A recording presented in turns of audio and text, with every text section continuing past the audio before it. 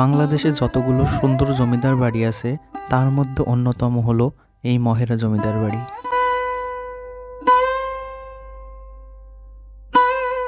আজকের ব্লগটিতে আমি আপনাদেরকে জানাবো কিভাবে আপনারা টাঙ্গাইল জেলার অন্তর্গত মহেরা জমিদার বাড়িতে আসবেন, জনপ্রতি কত টাকা খরচ পড়বে এবং মহেরা জমিদার বাড়ির ইতিহাস সম্পর্কে।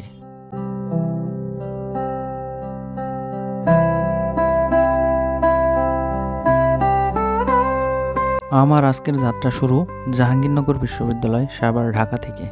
ঢাকা বা ঢাকার বাইরে থেকে মহেরা জমিদার বাড়িতে যেতে হলে প্রথমেই আগে আপনাকে টাঙ্গাইলের নাটিয়াপাড়া অথবা ডোবাইল বাস স্ট্যান্ডে আসতে হবে। এরপর সেখান থেকে রিক্সা অথবা সিএনজি ভাড়া করে চলে যেতে পারবেন মহেরা জমিদার বাড়ি। ঢাকা হতে ঢাকা টাঙ্গাইলগামী যে কোনো বাসে উঠলে ভাড়া নিবে 200 থেকে 250 টাকার মতো।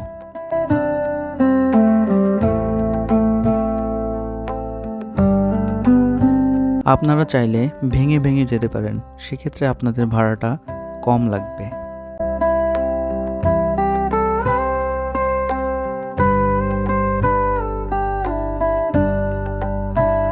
জাহাঙ্গীরনগর বিশ্ববিদ্যালয় থেকে রাজধানী বাসে করে উঠে আমি এখন যাচ্ছি চন্দ্রা, যেখানে ভাড়া নিল 40 টাকা।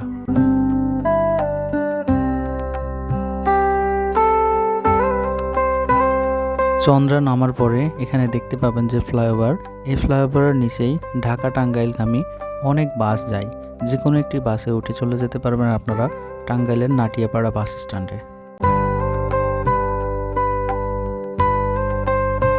ঢাকা টাঙ্গাইলগামী একটি বাসে উঠে পড়লাম। নাটিয়াপাড়া পর্যন্ত আমার ভাড়া পড়ল 50 টাকা।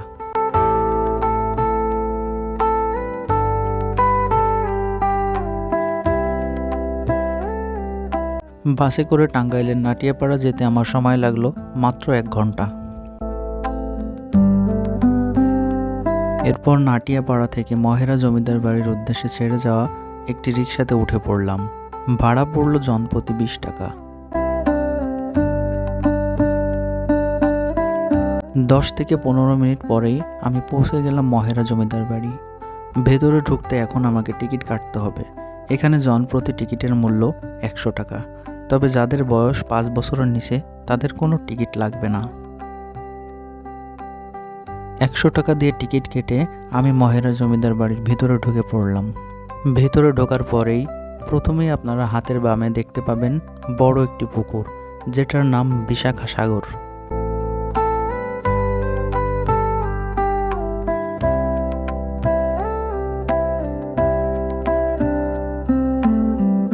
এবার চলুন আস্তে আস্তে সামনের দিকে আগাই আর গিয়ে দেখি এখানকার সেই আকর্ষণীয় ভবনগুলো।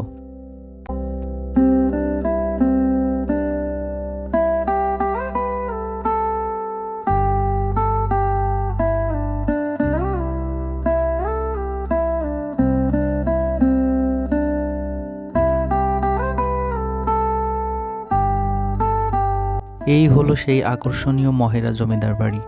এখানে পাশাপাশি 3টি ভবন আছে।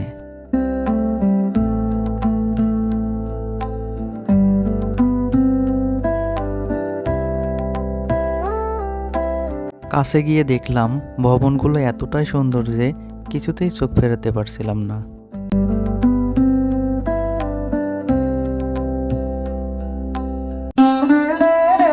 এবার চলুন জেনে আসি মহেরা জমিদার বাড়ির ইতিহাস সম্পর্কে।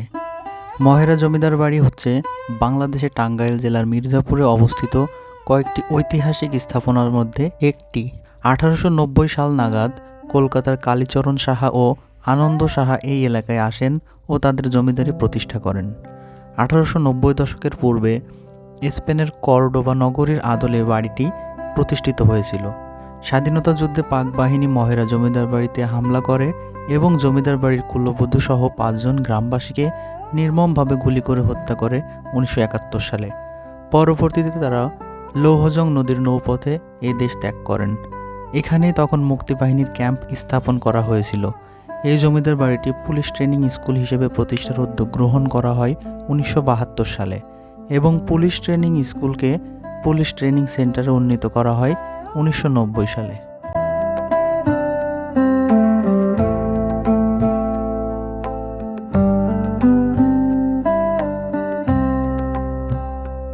চলুন এবার জমিদার বাড়ির পিছন দিকটা ঘুরে দেখি।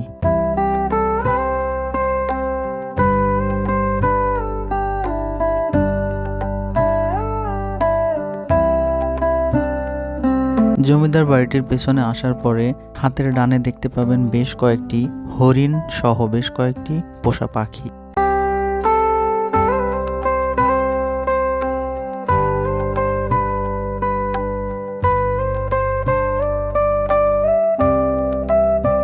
হাতের বামে দেখতে পাবেন শিশু পার্ক।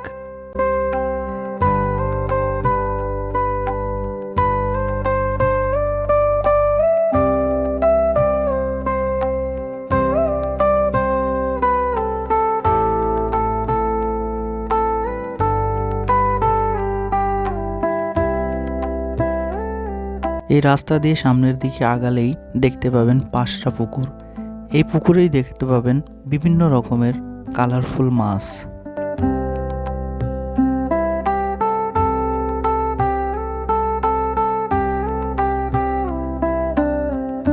আজকের ব্লগটি এই পর্যন্তই। ভালো লাগলে লাইক, কমেন্ট, সাবস্ক্রাইব করে পাশে থাকবেন। দেখা হবে নতুন কোনো ভিডিওতে, নতুন কোনো প্লেসে। টাটা।